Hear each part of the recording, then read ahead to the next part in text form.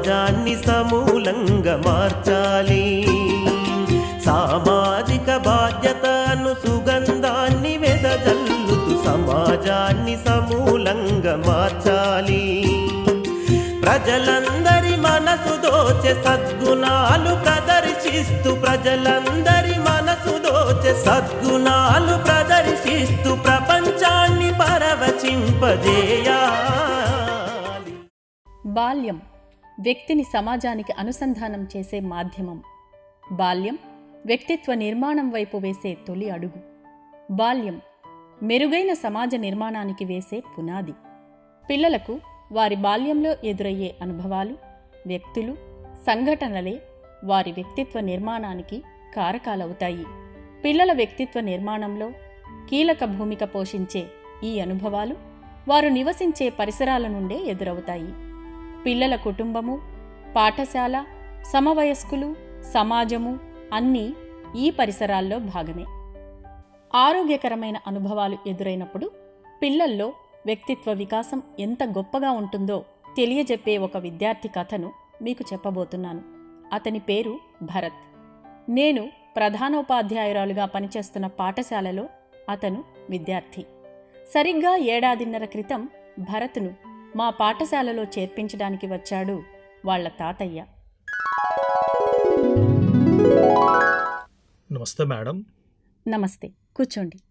వీడు నా మనవడు. నిన్నటి వరకు వాళ్ళ ఊరిలోనే 8వ తరగతి చదువుకున్నాడు. వీళ్ళ నాన్న అంటే మా అల్లుడు ఉద్యోగం కోసం గల్ఫ్కి వెళ్ళాడు. నా కూతురేమో పనికి వెళ్తుంది. అందుకని వీడు మా దగ్గరే ఉంటాడు. వీడిని 9వ తరగతిలో చేర్పిద్దామని తీసుకొచ్చాను. తప్పకుండా. టీసీ, బోనఫైడ్, ప్రోగ్రెస్ కార్డ్ అన్నీ తెచ్చారా? తెచ్చాను మేడం. ఇదిగో చూడండి.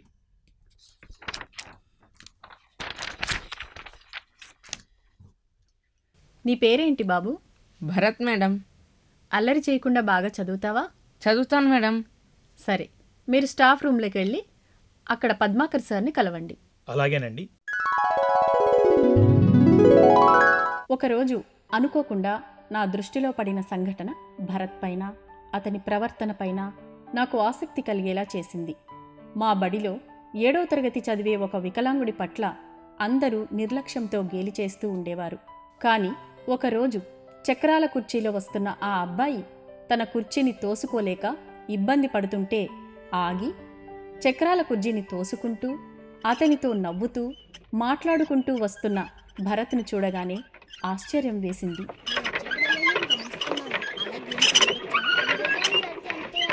తోటి పిల్లలందరూ గేలి చేసే అతనితో భరత్ ప్రేమగా ఉండడం చూశాక నాకు అతడిలో ఒక ప్రత్యేకమైన వ్యక్తి దాగున్నాడనిపించింది.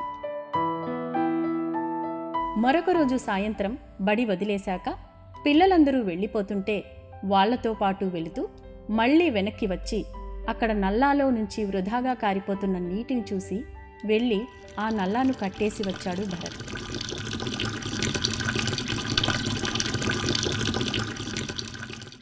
ఒరే భరత్, ఆ నల్ల లీక్ అవుతుంది. అంత కష్టపడి దానికి పేలికలు చుట్టి ఆపటం మనకు అవసరమా? నీకు తెలుసా, మన దేశంలో ప్రతి ఒక్కరూ సగటున ఒక రోజుల్లో 45 లీటర్ల నీటిని వృధా చేస్తున్నారట. అది ఒక మనిషికి అవసరమయ్యే నీటిలో సుమారు 1/3 వంతు. ఇలా మనకు అవసరమైన నీటిని వాడుకొని మిగతాది వృధా కాకుంటే మనకు నీటి కరువే రాదట. ఇవన్నీ నీకెవరు చెప్పారా? మా తాతయ్య చెప్పారు. ఈ 2 దృశ్యాలు చూశాక భరత్ను ప్రత్యేకంగా పరిశీలించడం ప్రారంభించాను. ఒకరోజు తరగతి గదిలో అతని దగ్గరున్న నోట్ పుస్తకాలను చూసి ఆశ్చర్యపోయాను. అది వివిధ రకాల విడి పేపర్లను ఒకచోట కుట్టి బైండింగ్ చేసినట్టుగా ఉంది. అందుకే అతన్ని అడిగాను, భరత్, అందరి చేతుల్లో కొత్త నోటు పుస్తకాలుంటే నువ్వేంటి ఇలా పాత కాగితాలతో బైండింగ్ చేయించుకున్నావు? వాళ్ళ తాత నోటు పుస్తకాలకు డబ్బులు ఇవ్వలేదేమో మేడం. డబ్బులు లేక కాదు మేడం, మా తాతయ్య నాకు చెప్పిన మాటలు విని ఇలా చేశాను. అవునా? ఏం చెప్పాడు మీ తాతయ్య? ఏరా భరత్, ఏం చేస్తున్నావు? ఇవి పోయిన సంవత్సరం 8వ తరగతిలో రాసుకున్న నోటు పుస్తకాలు తాతయ్య. పాతవి కదా, చిత్తు కాగితాలు షాపులో అమ్మేద్దామని పోతున్నా. అవునా? ఏది వాటినిలా తీసుకురా. ఇదిగోండి. ఈ నోటు పుస్తకాలలో అన్నీ రాసిన పేజీలేనా? రాయనివి ఏమైనా ఉన్నాయా? రాయని పేపర్లు కూడా ఉన్నాయి తాతయ్య. ఓ పని చెయ్యి, ప్రతి నోటు పుస్తకాన్ని తెరిచి అందులో రాయని తెల్ల కాగితాలన్నింటినీ వేరు చెయ్యి. అలాగే తాతయ్య.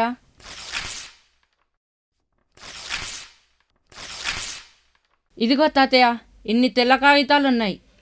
సరేగాని కాగితం ఎలా తయారవుతుందో తెలుసా? తెలుసు, చెట్ల నుండి తయారవుతుంది. అవును, కాకపోతే చెట్ల నుండి అని కాకుండా చెట్లను నరికితే వస్తుంది అనడం కరెక్ట్. నిజమే తాతయ్య. ప్రపంచంలో మనం వాడే కాగితం తయారు కావాలంటే ఎన్ని కోట్ల చెట్లను నరకాలో. అయినా నేను పారేయబోతున్న ఈ పాత నోటు పుస్తకాలకు చెట్లను నరకడానికి సంబంధం ఏమిటి? అదే చెప్పబోతున్నా. ఉదాహరణకు నువ్వు పారేయబోతున్న ఈ కాగితాలను తిరిగి కుట్టి వాడుకున్నావనుకో, ఎన్ని నోటు పుస్తకాలవుతాయి? 2 నోటు పుస్తకాలు కావచ్చు. మీ బడిలో మొత్తం ఎంతమంది పిల్లలున్నారు? 200 మంది ఉంటారు. మీ బడిలో పిల్లలందరూ వీటిని ఇలాగే తయారు చేసుకున్నారనుకో, 400 నోటు పుస్తకాలు. ఇలా మన రాష్ట్రంలో 1వ తరగతి నుండి యూనివర్సిటీ వరకు చదివే విద్యార్థులు సుమారు 8 లక్షలు ఉంటారనుకుంటే, దాదాపుగా 16 లక్షల నోటు పుస్తకాలు కొత్తగా తయారు చేయవలసిన అవసరం ఉండదు. ఇలా దేశంలో ప్రపంచంలో ఉన్న అందరూ చేస్తే చాలా నోటు పుస్తకాలు తయారవుతాయి. అంటే వ్యక్తిగతంగా డబ్బు వృధా చేయడాన్ని అరికట్టడమే కాకుండా పరోక్షంగా ఎన్నో చెట్లను నరకకుండా కాపాడినట్టే కదా. నిజమే తాతయ్య. నువ్వు చెప్తున్నది వింటుంటే నాకు ఇంకా చాలా వాటిలలో మనం చేసే వృధా గుర్తుకు వస్తుంది. నేను ఇప్పుడే బైండింగ్ షాపుకు వెళ్ళి ఈ కాగితాలను బైండింగ్ చేసుకొని వస్తా. ఒక్కడినే కదా ఒక్కసారే కదా అనుకుంటే, నిర్లక్ష్యముగా అందరూ వ్యవహరిస్తూ పోతుంటే వనరులన్నీ అంతరించిపోతాయి. మన ప్రాణాలు ప్రమాదపు కోరల్లో చిక్కుతాయి. Very good. పొదుపు చేయడం అంటే మరో కోణంలో సంపాదించినట్టే. థ్యాంక్ యూ తాతయ్య. భరత్, నిజంగా ఎంత గొప్పగా చెప్పాడు మీ తాతయ్య. నా దగ్గర డబ్బు ఉంది, నా ఇష్టం వచ్చినట్లు కొనుక్కుంటాను, వేరే వాళ్లకొచ్చే నష్టమేమిటి? నా డబ్బు నా ఇష్టం అనుకుంటుంటారు చాలామంది. నిజానికి ఇలాంటి అలవాట్ల వల్ల కేవలం డబ్బు పొదుపు అవుతుంది అనుకుంటారు చాలామంది. కానీ అది మాత్రమే కాదు, భూమి, నీళ్లు, గాలి మొదలైన ప్రకృతిలో లభించే అన్నీ ఏ ఒక్కరి సొంతమూ కాదు, ఇష్టమొచ్చినట్లు ఉపయోగించడానికి. అవి అందరివి. ఉదాహరణకు, ఈ భూమి కింద ఉన్న భూగర్భ జలాలు వేలాది కోట్లున్న ధనవంతుడిది, ఏమీ లేని నిరుపేదది కూడా. ఇప్పుడు భరత్ చేసిన పనే చూడండి. ఇదే పనిని ప్రపంచంలో అందరూ చేస్తే లక్షలాది చెట్లను నరికివేయాల్సిన అవసరం ఏర్పడదు కదా. అడవులను నరికివేయడం వల్ల భూమిపైన మనిషి మనుగడకే ప్రమాదం ఏర్పడుతున్న విషయం మీకు తెలుసు కదా. పైగా ఇలాంటి పనులను అలవాటు చేసుకోవడం వల్ల మనలో స్వీయ క్రమశిక్షణ పెరగడంతో పాటు ఇతరుల పట్ల సానుభూతి పెరుగుతుంది.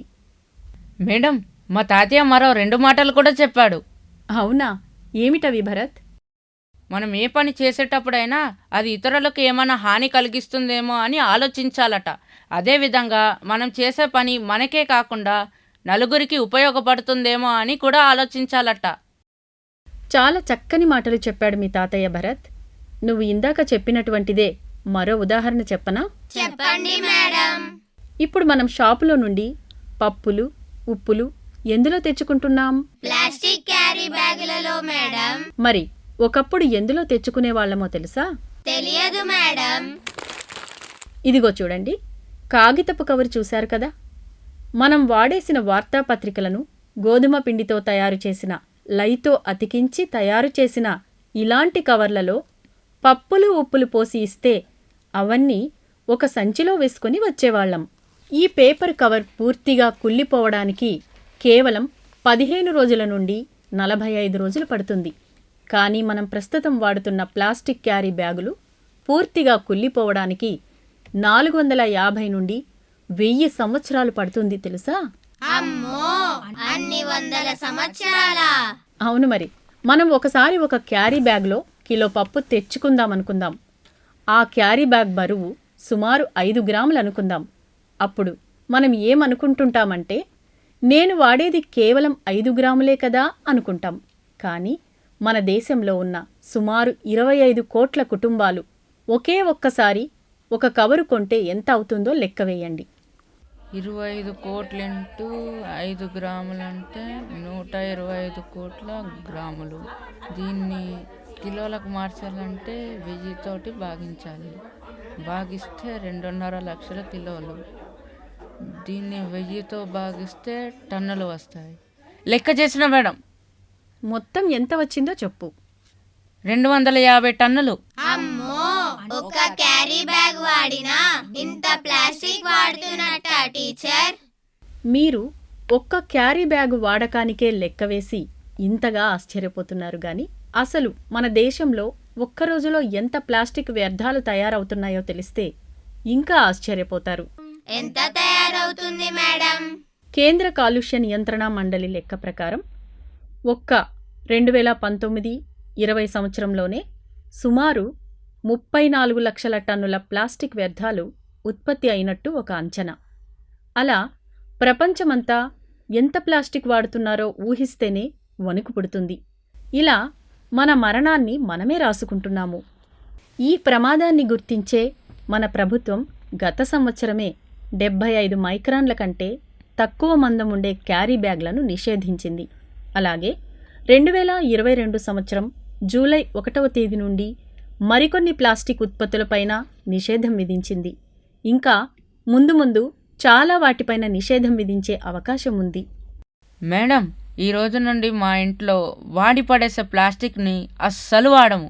ఒక్కడినైనా నేను ఒక్కడినైనా నా వంతుగా ఒక మంచి పని సమాజానికి చేయన అనుకొని ఒక దృఢమైన సంకల్పం తీసుకుంటే, ఒకరిని చూసి ఒకరు సకల జనులు కదులుతుంటే అందరూ ఒక తాటిపైన నిలుచును.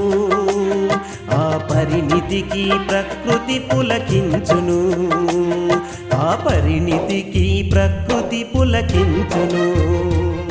ప్రభుత్వం నిషేధించిన ప్లాస్టిక్ వస్తువులే కాకుండా సాధ్యమైనంత వరకు ప్లాస్టిక్ వస్తువులు వాడకుండా ఉండటానికే ప్రయత్నిస్తాం మేడం.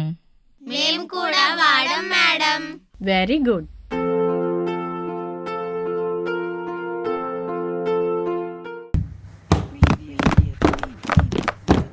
ఒరేయ్, అలా ఎగరకండిరా, బెంచులు విరిగిపోతాయి. నేను చెప్పానా, 2 బెంచులు విరిగిపోయాయి. ఏం కాదులేరా, బడి పైసలతోనే రిపేరు చేయిస్తారులే. మనం ఈ పని చేశామని మేడంకి తెలిస్తే మన పని గోవింద గోవింద. మనం చేశామని ఎవరికి తెలుస్తుందిలే. పద పద ఇంటికెళ్ళిపోదాం.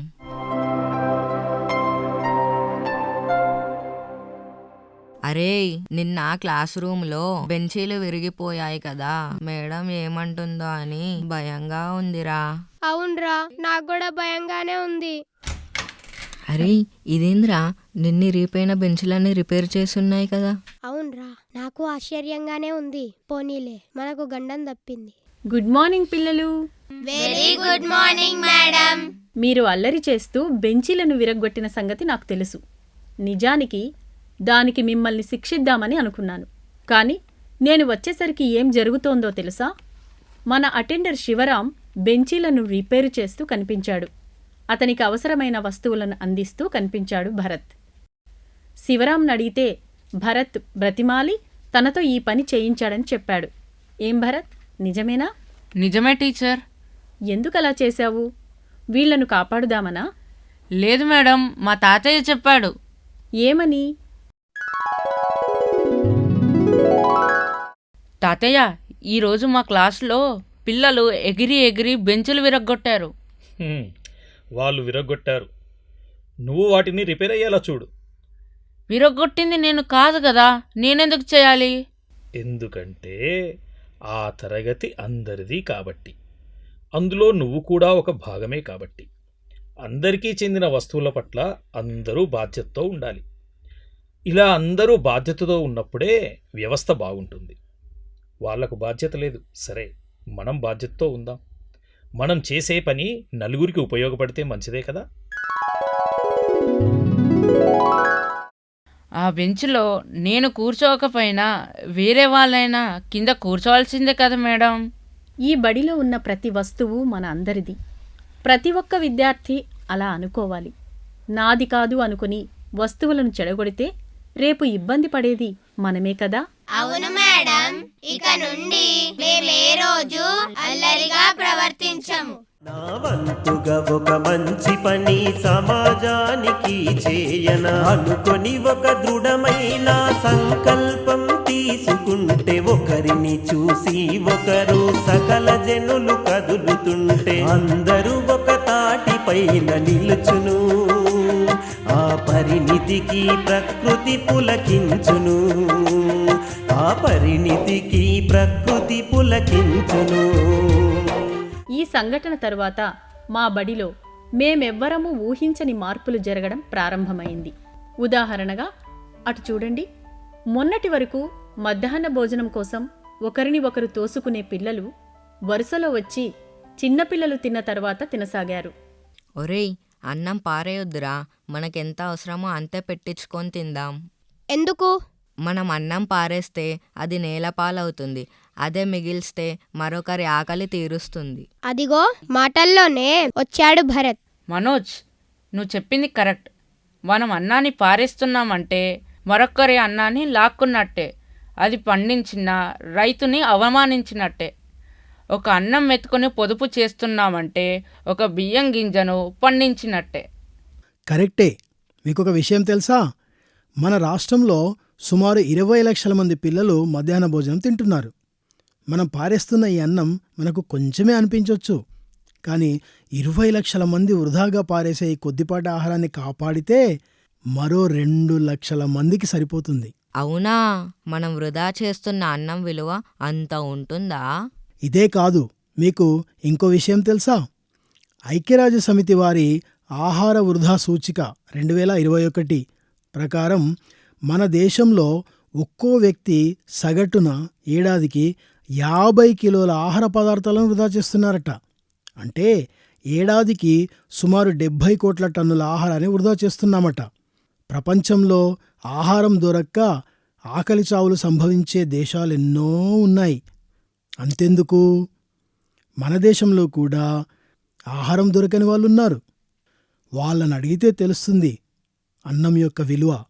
అందుకే మన పెద్దలు అన్నం పరబ్రహ్మ స్వరూపం అని అన్నారు. అవును సార్, మీరు చెప్తుంటే చాలా బాధగా ఉంది. మీరు అన్నది కరెక్టే. ఆకలితో ఉన్నవాడికే తెలుస్తుంది అన్నం విలువ. మీరు చెప్తుండగానే మాటల్లోనే అన్నం మొత్తం తినేశాం. ఇంకా ప్లేట్ కడుక్కోవడానికి వెళ్తాం.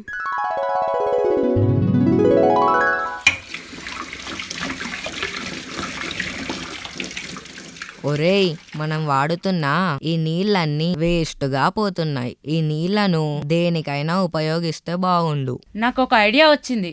ఏంటది? మనం మన బడిలో కిచెన్ గార్డెన్ పెంచుకుందాం. అందులో మన మధ్యాహ్నం భోజనానికి కావలసిన కూరగాయలను, ఆకుకూరలను మనమే పండించుకుందాం. వృధాగా పోతున్న ఈ నీళ్ళనన్నింటినీ కిచెన్ గార్డెన్ కు మళ్ళిస్తే సరిపోతుంది. చాలా చక్కటి ఆలోచన. డబ్బు ఆదా, నీటి సద్వినియోగంతో పాటుగా తాజా కూరగాయల భోజనం. ఎన్ని లాభాలో! మీ ఆలోచన చాలా గొప్పది. రేపటి నుండే ఆచరణలో పెడదాం. అలాగే సార్. సామాజిక బాధ్యతను సుగంధాన్ని వెదజల్లుతూ సమాజాన్ని సమూలంగా మార్చాలి.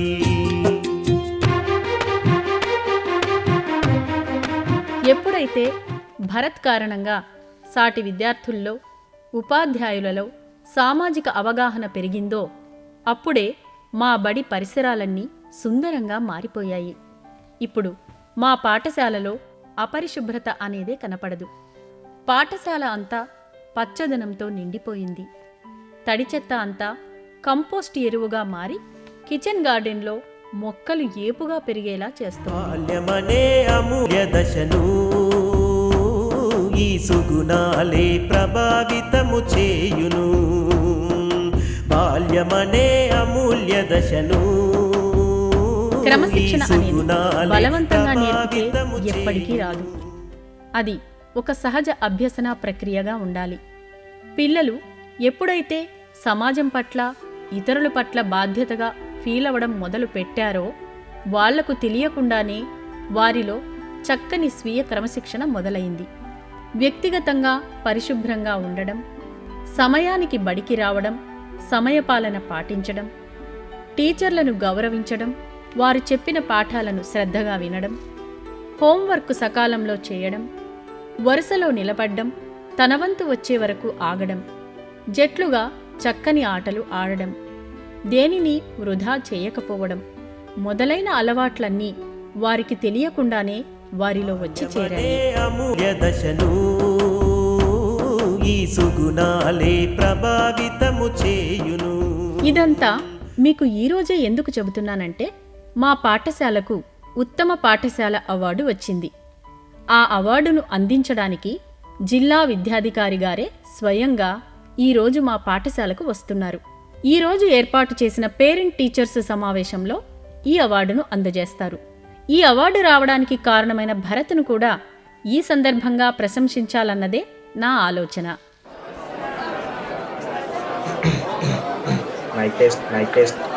Hello hello hello. ఈరోజు ఈ సమావేశానికి అధ్యక్షత వహించాల్సిందిగా ప్రధానోపాధ్యాయురాల్ని కోరుతున్నాను.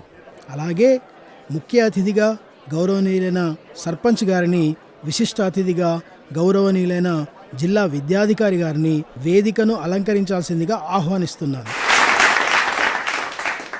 ముందుగా ముఖ్య అతిథి సర్పంచ్ గారిని మాట్లాడవలసిందిగా కోరుతున్నాను.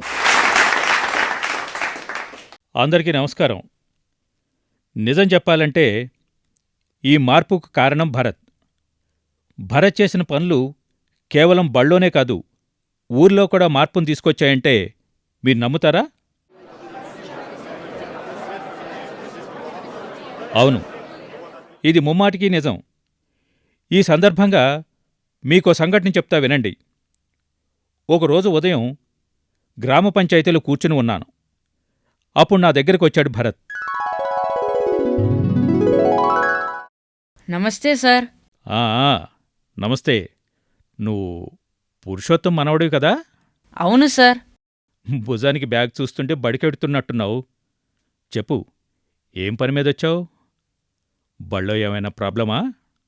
అదేం లేదు సార్. అది సార్, ఇప్పుడు ఉదయం 9 అవుతుంది కదా, నిన్న రాత్రి వేసిన వీధి దీపాలు ఇంకా అలాగే వెలుగుతున్నాయి సార్. ఆ, అవును, నిజమే. రాజయ్య, రాజయ్య, చెప్పండి అయ్యా. ఆ ఎలక్ట్రీషియన్ని పిలిచి వీధి దీపాలను ఆఫ్ చేయమని చెప్పు. అలాగే అయ్యా. భరత్, వీధి దీపాలు వెలిగితే నీకొచ్చిన నష్టమేమిటి?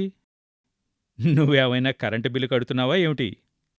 అంటే సార్, అది కరెంటు వృధా చేస్తే ఏం వస్తుంది సార్? ప్రతి ఒక్కరూ ఇలా వృధా చేయకుంటే చాలా కరెంటు మిగులుతుంది కదా అనిపించింది. సారీ సార్, ఏమీ అనుకోకండి. నిజంగానే అందరూ తమ ఇళ్లలో కూడా కరెంటు వృధా చేయకపోతే దేశంలో కరెంటు కొరత ఉండదు కదా అనిపించింది. ప్రతి ఒక్కరూ బాధ్యతాయుతంగా ఉంటే అది వారికే కాకుండా సమాజానికి కూడా ఎంతో మేలు చేస్తుంది అనిపించింది. ఇంత చిన్న పిల్లవాడు తనకు సంబంధం లేని విషయం గురించి ఇంతగా ఆలోచిస్తుంటే నేను ఇంకా ఎంతో చెయ్యాలి అని నాకా క్షణాన అనిపించింది. అలాంటి ఆలోచనలోంచి పుట్టుకొచ్చిందే శనివారం శుభ్రతా దినం. ఈ కార్యక్రమంలో భాగంగా ప్రతి మాసం మొదటి శనివారం ఎవరి ఇంటి పరిసరాలను వాళ్లే శుభ్రం చేసుకోవాలి అని తీర్మానించుకున్నాం. దాంతో ఊరంతా శుభ్రంగా మారిపోయి మా ఊళ్ళో రోగాలనేవి లేకుండా పోయాయి. వనరులన్నీ మన సమిష్టి ఆస్తి, ఈ విషయము గుర్తించనిచో తప్పదు శాస్తి. సద్వినియోగము చేస్తే ఉన్నతమనిపిస్తుంది, పునర్వినియోగము మహోన్నతమనిపిస్తుంది. విశాల దృక్పథము మనలో పెరగాలి, సుభిక్షంగా కలకాలం వర్ధిల్లాలి. సుభిక్షంగా కల కలకాలం వర్ధిల్లాలి. అవును, ఇది నిజం. భరత్ యొక్క ఆలోచన విధానం మా ఉపాధ్యాయులలో కూడా ఎంతో మార్పును తీసుకొచ్చిందని చెప్పడానికి నాకెలాంటి నామోషీ లేదు. ఒక చిన్న ఉదాహరణ చెప్పనా? చాలామంది వాహనాలపై వెళ్ళేటప్పుడు రెడ్ సిగ్నల్ పడుతుంది. అలా రెడ్ సిగ్నల్ పడి ఆగినప్పుడు మళ్ళీ గ్రీన్ సిగ్నల్ పడేంత వరకు మన బైకు లేదా కార్ ఇంజన్ను ఆన్లోనే ఉంచుతాం. నిజానికి అది కొద్ది సమయమే.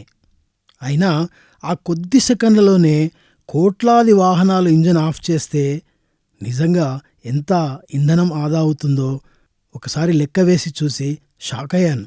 ఇలా సిగ్నల్ దగ్గర ఆగినప్పుడు ఇంజన్ ఆపడం, ఇలాంటి చిన్న బాధ్యతాయుతమైన చర్యల వల్ల వేల కోట్ల విలువ చేసే పెట్రోల్, డీజిల్ ఆదా అవుతుంది.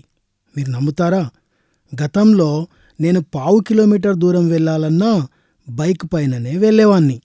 కానీ ఇప్పుడు 2 కిలోమీటర్ల దూరమైనా నడిచే వెళ్తున్నా. దీని అర్థం నా దగ్గర పెట్రోల్కు డబ్బులు లేక కాదు, పెట్రోల్ అనేది జాతి సంపద. ఇలా కొన్నిసార్లు పిల్లల దగ్గర కూడా ఉపాధ్యాయులు పాఠాలు నేర్చుకోవాల్సి వస్తుంది.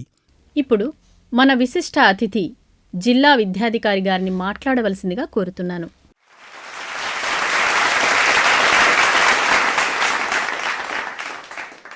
ఇదంతా చూస్తుంటే నాకు చాలా ఆశ్చర్యంగా ఉంది.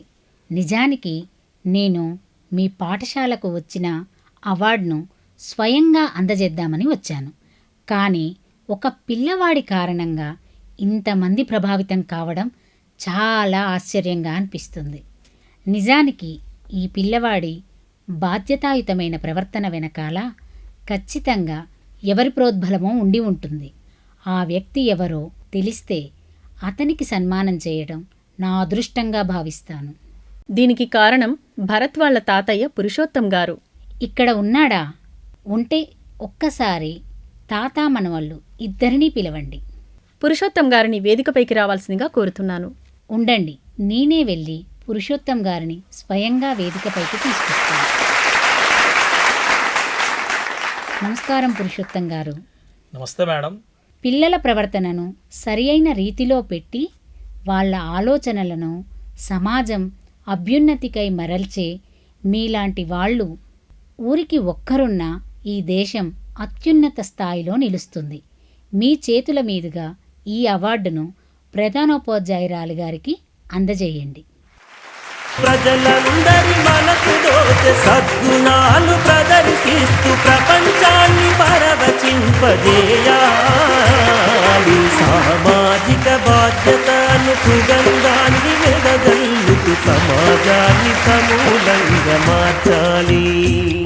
విన్నారు కదా, ఇది సామాజిక బాధ్యత అంటే ఏంటో తెలియజెప్పిన ఒక భరత్ కథ. ఇలాంటి భరత్లను సమాజానికి అందించే ఒక తాతయ్య కథ. ఒక పిల్లవాడి చిన్ని ప్రయత్నంతో తనను తాను సంస్కరించుకున్న ఒక బడి కథ. బడి తోటలో పూసిన చిన్ని సుమాల పరిమళాలతో సుగంధభరితమైన ఒక ఊరి కథ. సామాజిక బాధ్యతను సుగంధాన్ని వెదజల్లుతూ సమాజాన్ని సమూలంగా మార్చాలి. సామాజిక బాధ్యతను సుగంధాన్ని వెదజల్లుతూ సమాజాన్ని సమూలంగా మార్చాలి. ప్రజలందరి మనసు దోచే సద్గుణాలు ప్రదర్శిస్తూ ప్రజలందరి మనసు దోచే సద్గుణాలు ప్రదర్శిస్తూ ప్రపంచాన్ని పరవశింపజేయాలి.